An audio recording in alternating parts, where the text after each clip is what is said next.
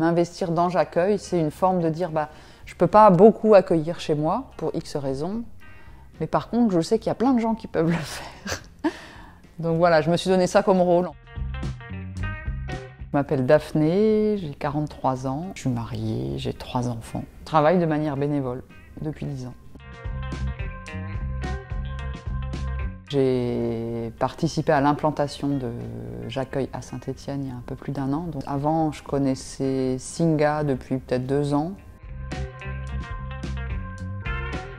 Je travaille bénévolement à Saint-Étienne. Je participe à l'organisation des réunions d'information, d'aller chercher des personnes qui potentiellement accueilleraient. Ça m'arrive d'animer des réunions d'information, de répondre aux questions des gens. Quand il y a des cohabitations qui se mettent en place, moi je fais se rencontrer les gens, donc accueillants, accueillis. Et ensuite je suis les cohabitations et les fins de cohabitation, puisqu'on a fait notre première fin de cohabitation la semaine dernière.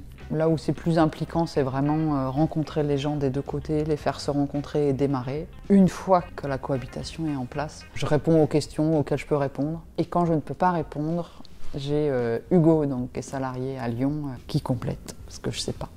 Je trouve qu'on travaille vraiment tous les deux. C'est-à-dire que si j'ai pas le temps, ou si j'ai une question, ou si, il est là.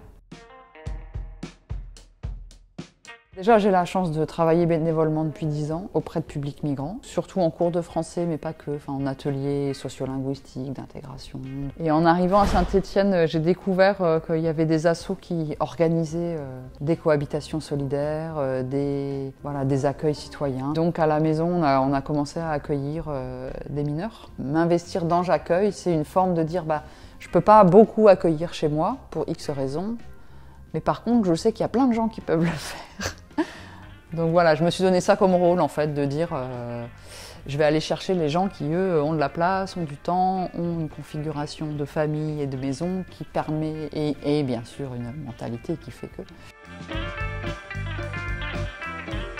C'est variable, c'est difficile de chiffrer parce que ça peut être juste un SMS ou un petit WhatsApp en disant ça fait 1 semaine que vous avez emménagé, est-ce que vous voulez qu'on fasse le point? Non, c'est bon, ou proposer qu'on se voit, ou aller prendre un café. C'est pas très prenant, et quand c'est prenant, surtout c'est assez souple. C'est un temps qui est pour moi facile à passer parce qu'il n'est pas contraint par les horaires.